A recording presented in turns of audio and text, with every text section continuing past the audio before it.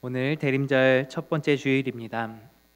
주님께서 오심을 기다리는 절기인 대림절은 교회력을 따른 한 해의 첫 절기로서 성탄절 전 4주 전 주일에 시작되어서 성탄 전날까지 이어집니다.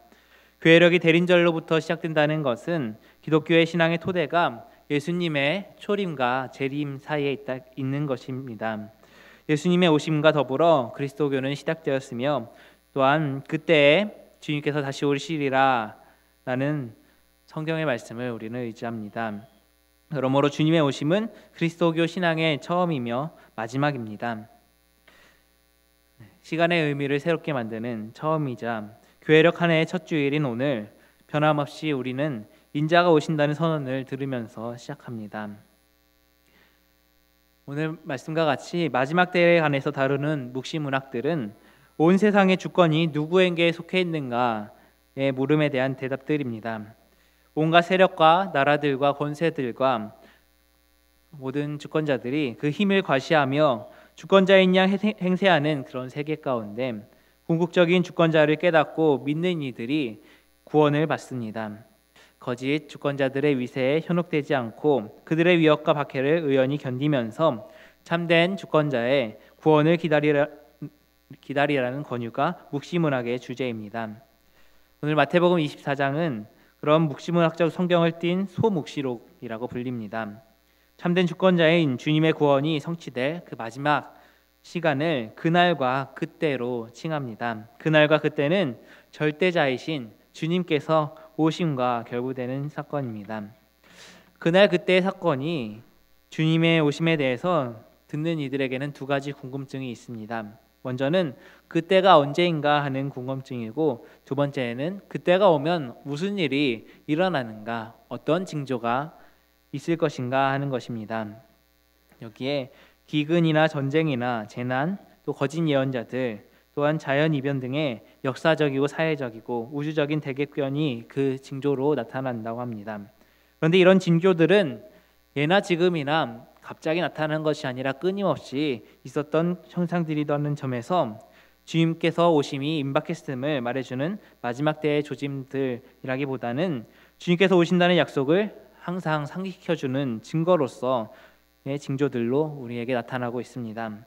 그러므로 이런 징조를 보는 우리는 종말이 곧 온다고 불안해하는 것이 아니라 주님께서 반드시 오신다는 믿음을 다시 한번 새롭게 하는 기회가 되어야 하겠습니다. 조기 기독교인들에게 있어서 재림의 때가 언제인가라는 것은 큰 이슈였습니다. 그들은 자신들이 살아있는 동안에 예수님께서 재림하실지도 모른다고 생각했습니다. 그런데 재림이 차츰차츰 지연되면서 그들의 생각보다는 지연되면서 생각이 혼란스러워진 것입니다. 그러자 기독교 신앙을 포기하는 사람들도 나오기 시작했습니다. 이렇게 믿음이 흔들리는 사람들에게 베드로후서 3장 9절은 다음과 같은 대답을 제시했습니다. 주의 약속은 어떤 이들이 더디다고 생각하는 것 같이 더딘 것이 아니라 오직 주께서는 너희를 대하여 오래 참으사 아무도 멸망하지 아니하고 다 회개하기에 이르기를 원하시느니라. 아멘. 네. 더 많은 사람들이 구원을 얻기 위하여 재림이 늦어지는 것일 뿐이라는 것입니다. 그렇지만 이런 대답으로 모든 사람들이 만족하지는 못했습니다. 그래서 데살로니가 전서 5장 1절부터 3절까지는 다음과 같이 대답합니다. 형제들아, 때와 시기에 관하여는 너희에게 쓸 것이 없음은 주의 날이 밤에 도둑같이 이를 줄을 너희 자신이 자세히 알기 때문이라. 그들이 평안하다 안전하다 할 그때에 임신한 여자에게 해산의 고통이 이름과 같이 멸망이 갑자기 그들에게 이르리니 결코 피하지 못하리라. 네, 이 말씀은 오늘 주님의 말씀과 일맥상통하는 말씀입니다. 주님의 재림은 예고 없이 찾아드는 도둑같이 일어난다는 대답으로 모든 문제가 해결되는 것은 아닙니다. 당시 교회 지도자들이 이 문제를 얼마나 고심을 했을지 상상해 갑니다. 그래서 오늘 말씀으로 돌아가서 오늘 본문 24장에 3절에 나오는 질문을 보시겠습니다. 예수께서 감람산 위에 앉으셨을 때 제자들이 조용히 와서 이르되 우리에게 이르소서 어느 때에 이런 일이 있겠사오며 또 주의 임하심과 세상 끝에는 무슨 징조가 있사오리이까. 아멘. 네. 이 질문은 한마디로 주님 언제 다시 오십니까? 라는 질문입니다. 그런데 이상한 것은 지금 제자들은 이미 주님과 함께 있는 상황입니다. 그런데 주님의 강림이 언제 일어나는가를 다시 묻고 있는 것입니다. 뻔히 지금 눈앞에 계신 분을 향하여서 당신은 언제 오십니까? 라고 묻는 것입니다. 그래서 학자들은 이 부분을 가지고 마태복음 24장에 나오는 말씀들이 예수님께서 하신 말씀이라기보다 초대교회의 재림에 관한 신앙을 표현한 것이라고 보기도 합니다. 말하자면 예수님께서는 이 세상의 종말에 대해서 말씀하셨는데, 그리고 하나님의 나라가 이루어질 것에 대해서 말씀하셨는데, 초대교회가 이 예수님의 말씀을 예수님의 재림 신앙으로 연결시켰다는 것입니다. 마태복음이 쓰여진 시기는 대략 주후 80년경입니다. 예수님께서 이 땅에 오셨다가 십자가에 달려 죽으신 후에 약 50여 년이 흐른 후에 쓰여진 것입니다. 예수님께서 십자가에 달려 돌아가시고 부활하시고 승천하신 후에 유대인들과 기독교에게 가장 큰 사건은 주 70년경에 일어났던 유다 전쟁입니다. 이때 로마의 군대가 예루살렘 성을 점령하고 그 성전을 무너뜨렸습니다. 지금 40여 년 전 예수님께서 말씀하신 대로 돌 하나도 돌 위에 남지 않고 다 무너진 상황입니다. 이 충격적인 사건을 접한 그리스도인들은 이제 세상의 종말이 왔구나 하고 생각했습니다. 그리고 동시에 죽어 하늘에 오르신 예수님께서 다시 이 땅에 오셔서 악한 자들을 심판하시고 하나님의 나라를 완성하실 것이라고 믿었습니다. 당시에는 이 일이 당장에 이루어질 것이라고 믿었습니다. 하지만 그 참혹한 전쟁이 일어났고 성전이 무너지는 사태가 발생하여도 예수님께서 다시 오심을 보지 못했습니다. 마태복음이 쓰여진 때가 80여 년이니 그렇게 다시 오실 주님을 기다린 지 지금 10년이 지나도 주님께서 다시 오시지 않은 것입니다. 그 사이에 그리스도인들은 많은 박해를 당해야만 했습니다. 이 박해는 그리스도인들이 로마의 황제가 아니라 예수님이야말로 주님이시라고 고백했기 때문에 생겨난 박해입니다. 이건 세상 사람들과는 다른 방식의 삶을 살았기 때문에 생겨난 박해들이었습니다. 그래서 많은 사람들이 감옥에 갇혔고 이웃에게 따돌림과 모욕을 당했고 고문을 당하고 죽임을 당했습니다. 마태복음 24장 6절부터 11절까지의 말씀은 이 상황에 대한 묘사입니다. 난리와 난리 소문을 듣겠으나 너희는 삼가 두려워하지 말라. 이런 일이 있어야 하되 아직 끝은 아니니라. 민족이 민족을 나라가 나라를 대적하여 일어나겠고 곳곳에 기근과 지진이 있으리니 이 모든 것은 재난의 시작이니라. 그때 사람들이 너희를 환난에 넘겨주겠으며 너희를 죽이리니 너희가 내 이름 때문에 모든 민족에게 미움을 받으리라. 그때 많은 사람이 실족하게 되어 서로 잡아주고 서로 미워하겠으며 불법이 성함으로 많은 사람의 사랑이 식어지리라. 네. 지금 예수님의 말씀으로 기록된 이 말씀들이 실제로 초대교회 사람들에게 이루어지고 있는 상황이었습니다. 이때 그리스도인들 사이에서 회자되었던 질문 혹은 의문이 바로 주님 언제 오십니까? 라는 것입니다. 그러니까 어느 때에 이런 일이 있겠사오며 또 주의 임하심과 세상 끝에는 무슨 징조가 있사오리까? 라는 질문은 지금 박해를 받고 있던 초대교회 그리스도인들의 질문이 제자들의 입을 통해서 표현된 것이라고 할 수 있겠습니다. 그렇다면 이 질문에 대한 예수님의 대답, 교회의 대답은 무엇입니까? 오늘 본문 36절 말씀입니다. 그러나 그 날과 그때는 아무도 모르나니 하늘의 천사들도 아들도 모르고 오직 아버지만 아시느니라. 아멘. 네. 이 말씀은 그 날은 반드시 오지만 그때가 언제 있는지는 오직 하나님만 아신다는 것입니다. 그래서 그때가 언제인가에 대해 답하는 24장 36절로부터 25장 46절의 결론은 하나님 외에 아무도 모른다라는 것입니다. 아무도 모른다는 점을 강조하기 위해서 예수 그리스도가 하나님과 같은 분이시라면 하나님이 아시는 것을 예수님께서 모르실 수 있는가라는 질문을 감수하면서 그 아들도 모른다, 바로 예수님도 모른다고까지 말하고 있는 장면입니다. 예수님마저 모르시는 상황이니 그때가 언제인지를 안다고 주장하는 모든 것들은 다 거짓 예언이겠죠. 만약 거짓 예언자가 난무하고 지진이 나고 전쟁이 벌어지며 기근이 발생하고 우주적인 대격변이 일어나는 때가 그때라면 아무도 모를 수가 없습니다. 그런 일들은 모두가 다 알 수밖에 없는 특별한 일이기 때문입니다. 반대로 아무도 알 수 없는 때로서의 그때는 네, 일상과 너무 똑같아서 아무도 알아챌 수 없는 그야말로 아무런 조짐 없이 엄습하는 사건이라고 보아야 하겠습니다. 뒤 이어지는 말씀에서도 그날은 어느 날 갑자기 마치 도둑같이 임한다고 하고 있습니다. 37절부터 39절까지의 말씀을 보시면 노아의 때에 대하여 말하고 있습니다. 노아의 때에는 사람들이 먹고 마시고 장가들고 시집가고 있다가 갑자기 홍수를 맞아서 멸망당했습니다. 그것처럼 또한 도둑이 예고 없이 집을 뚫는 것처럼 주님의 재림은 예고 없이 예기치 않는 순간에 임하게 된다고 하는 것입니다. 심판을 당했던 노아 세대의 문제는 무엇이었습니까? 큰 범죄나 우상 숭배와 같은 죄악이라고 생각할 수 있습니다. 그런데 마태는 다르게 말하고 있습니다.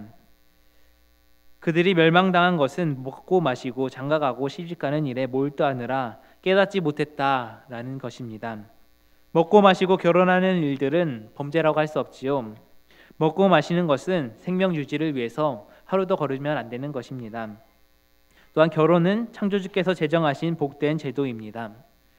그런데 노아 시대에는 해야 할 일상들을 하고 있었고 마땅한 축제들을 축하하고 있었던 시대라고 마태는 설명하고 있습니다.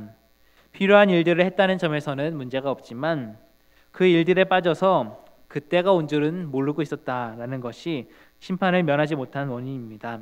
다시 말하면 먹고 마시고 결혼하는 일을 멈춰야 한다는 것이 아니라 그런 일상을 꾸준히 계속하며 살더라도 잊어서는 안 되는 더 중요한 일이 있다는 것입니다. 그것을 알고 있어야 한다는 사실입니다.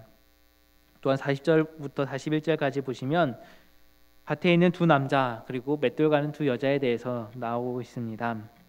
주님께서 오시는 그 시간에 두 남자가 밭에서 일하고 있습니다. 그런데 한 사람은 주님께서 데려가시고 한 사람은 버려집니다. 또 맷돌을 돌리던 두 여인이 있었습니다. 그들에게도 같은 종류의 사건이 발생합니다. 네, 주님께서 오실 때 꼭 거룩한 장소에 있거나 기도 중이어야만 하는 것은 아닙니다.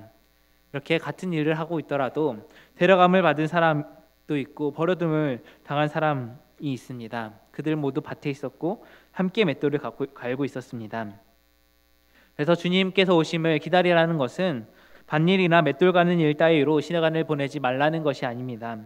그 일들은 삶이 존재하는 한 게을리해서는 안 되는 중요한 일상들입니다. 밭에도 나가고 맷돌도 돌리되 다만 그것보다 더 중요한 일이 있다는 점을 알라는 것입니다. 이를 깨어있음이라고 합니다. 깨어있으라는 것은 잠을 자지 말아야 한다는 뜻이 아니라 잠을 자되 등잔 속에 기름이 채워져 있는지를 잊지 않는 것입니다. 42절 말씀에 그러므로 깨어있으라 어느 날에 너희 주가 임할는지 너희가 알지 못함이니라. 아멘. 또 44절에 이러므로 너희도 준비하고 있으라 생각하지 않은 때에 인자가 오리라 라고 하고 있습니다. 네, 깨어 준비하고 있으라라는 것입니다. 이것이 초기 교회의 재림신앙의 핵심입니다. 일제 시대에 지배를 받고 있었던 36년 동안 독립운동을 한 이들도 있었지만 일본의 부역자들로 살았던 일들도 참 많았습니다. 해방이 되고 나서 일본 권력의 앞잡이로 살고 있었던 사람들에게 왜 친일을 했느냐라고 물었습니다. 그랬더니 비슷한 대답이 여럿 나왔습니다. 언젠가 해방이 되리라는 것은 몰랐기 때문이다 라는 것입니다. 네, 결코 일본이 망할 것이라고 생각하지 못했기 때문에 그렇게 믿은 이들이 일본의 권력에 도취되어서 살았다는 것입니다. 마찬가지로 주님의 날이 오리라는 것을 모르는 이들이 지금의 세태에 빠져 살고 있는 것입니다. 깨어 있는다는 것은 깨달음입니다. 주님께서 오시리라는 사실에 대한 깨달음입니다. 깨달은 사람은 기다립니다. 먹고 마시면서 또한 밭에서 일하면서 일상의 일들을 하고 잠을 자면서 깨달은 사람은 기다립니다. 이 기다림은 그 사람으로 하여금 지금의 현실의 삶을 살면서도 그 속에 빠져들지 않도록 깨어있도록 하게 됩니다. 주님께서는 반드시 다시 오신다라는 것은 무엇을 의미합니까? 앞서 말씀드렸듯이 이 믿음은 예수님 때문에 박해를 받았던 그리스도인들에게서 생겨난 믿음입니다. 그 시대의 상황을 보면 그 세상에서는 로마의 황제가 주입니다. 그러나 그리스도인들은 우리의 주는 황제가 아니라 예수 그리스도라고까지 고백하였습니다. 그리스도인들은 목에 칼이 들어와도 이 신앙을 포기하지 않았습니다. 왜 박해를 받고 죽임을 당하면서까지 예수님만이 우리의 주님이시고 예수님만을 따르는 것이 참된 삶이라고 고백하였을까요? 결국 주님께서 승리하실 것을 믿고 있었기 때문입니다. 예수님의 길이 참된 신앙의 참된 삶임이 드러날 것이기 때문입니다. 주님께서 반드시 다시 오셔서 모든 것을 바르게 판단해 주실 것을 믿었기 때문입니다. 오늘을 사는 우리들도 마찬가지입니다. 예수님을 믿는 사람들은 돈과 권력, 그런 명예 같은 것들이 주인 행세를 하는 이 세상 한가운데에서 그것들보다 더 소중하고 중요한 가치가 있음을 믿고 사는 사람들입니다. 세상에서 성공하는 것이 중요한 것이 아니라 서로 사랑하며 사는 것이 더 중요하고 이것이 예수님을 따르는 길임을 아는 사람들, 그리고 그것을 믿는 사람들입니다. 그래서 자신의 이익과 이해관계에 따라서 판단하지 않고 무엇이 하나님께서 기뻐하시는 일인가를 묻고 정의와 평화를 위해서 땀을 흘리는 사람들이 바로 예수님을 믿는 사람들입니다. 남을 정죄하고 판단하고 끌어내려서 그 위에 서는 것이 아니라 이해하고 품어주고 함께 길을 가는 사람들이 바로 예수님을 믿는 사람들입니다. 그런데 이렇게 살고자 한다면 이 세상에서 살기가 참 어렵지요. 악이 지배하는 세상에서 선하신 하나님의 뜻을 따라 살아간다는 것은 많은 고난을 감내해야만 하는 일입니다. 그래서 예수님께서 말씀하시기를 나를 따라오려거든 자기를 부인하고 자기 십자가를 지고 나를 따를 것이니라 라고 하셨습니다. 예나 지금이나 예수님의 정신을 따라 살아가는 것은 십자가의 길을 걷는 삶입니다. 그래서 많은 사람들이 이 믿음의 길에서 때로는 타협하기도 하고 뒷걸음질 치기도 하고 흔들리기도 합니다. 이런 때에 우리가 다시금 마음의 확신을 가지고 고백해야 할 신앙이 바로 주님께서 반드시 다시 오신다입니다. 이렇게 보면 오늘 말씀에 깨어 있으라, 준비하라 라는 말씀의 의미가 분명해집니다. 이것은 단순히 종교 생활을 열심히 하라는 말이 아닙니다. 또한 주님께서 정말로 구름 타고 오실 것을 문자대로 믿는 것도 아닙니다.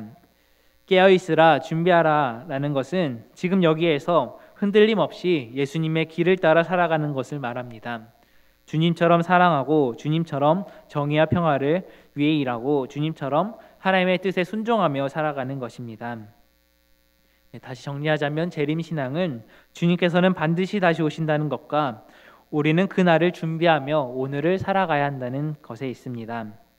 주님께서 불현듯 오신다는 사실이 걱정이라면 지금 주님을 참으로 기다리고 있지 않기 때문일 것입니다. 그런 걱정만 가득한 사람들에게는 반드시 주님의 오심이 도적이 들이닥침과 같이 올 것입니다. 그러나 항상 주님을 기다리는 사람에게는 주님께서 언제 오시든 상관이 없습니다. 사랑하는 이들은 약속 시간을 정하지 않고 방문해도 문제가 될 것이 없습니다. 예약 없이 가까이 올 수 있는 것은 가깝고 친밀한 관계에서야 가능한 일이고 예기치 않는 오심을 기꺼이 받아들일 수 있는 것 역시 깊은 신뢰가 형성되어 있어야만 하는 것입니다. 그 신뢰의 깊이를 더해가는 이 시기가 바로 대림절이 시작되었습니다. 주님의 오심을 기다리는 대림절 첫 번째 주일입니다. 앞으로 4주 동안 우리는 오시는 아기 예수님을 기다리고 또 다시 오실 주님을 준비하고 기다리는 시간을 살아갈 것입니다. 우리가 나태함과 안일함에서 벗어나서 다시 믿음의 중심을 세워나가기 원합니다. 그동안 너무 빨리 세상과 타협했고 세상에 안일했던 모습들을 회개하고 기도하는 가운데 주님의 뜻을 다시 한번 우리 삶 속에 세워나가기 원합니다. 주님의 길을 따라가다가 먹고 사는 문제로 세상의 길로 나아가고 있다면 다시 돌이켜서 결국은 승리하실 주님을 바라봅시다.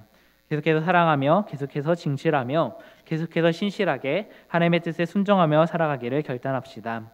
그래서 오시는 주님을 기쁨으로 맞이할 수 있는 우리 모두가 되시기를 바랍니다. 함께 기도하시겠습니다. 하나님 감사합니다. 하나님께서는 정말로 우리 한 사람 한 사람을 너무나 사랑하시는 줄을 믿습니다.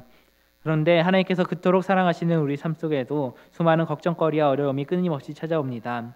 자녀 문제, 가정의 문제, 직장의 문제, 사업과 건강의 문제 등 많은 문제들이 있습니다. 그렇지만 하나님의 말씀을 붙들고 하나님과 동행하는 사람은 신실하시고 전능하신 사랑의 하나님을 신뢰하기 때문에 어떠한 고통이 와도 두려워하지 않고 소망 가운데 인내하며 하나님의 도우심을 기다릴 수 있는 줄 믿음으로 고백합니다. 하나님만 아시는 그날이 언제이든지 언제 다가와도 부끄러움 없이 하나님 앞에 설 수 있도록 지금 우리에게 주어진 삶의 현장을 충실히 살아내게 주님 인도하여 주옵소서. 주님께서 주신 소명과 은사를 따라서 작은 일에도 책임과 성실을 다해서 주님의 크고 놀라운 빛을 드러내게 하여 주시옵소서. 날마다 주님께서 주신 말씀을 양식으로 삼아서 기도하며 준비하고 주님 말씀에 순종하며 준비하고 주님 가신 길을 따라 걸어가며 삶을 살아가며 주님의 성품을 닮아가며 준비하게 하여 주시옵소서. 하나님을 경외하며 이웃을 사랑하며 우리 주님 오실 때를 준비하게 하여 주시옵소서. 도적과 같이 밤에 도적과 같이 오시는 주님의 축복을 바라보면서 매일 하나님과 동행하며 늘 깨어서 준비하고 그날을 기다리는 우리가 되게 하여 주시옵소서. 우리 삶을 인도하여 주시는 예수 그리스도의 이름으로 기도합니다. 아멘. 함께 찬송가 180장 찬양하시겠습니다.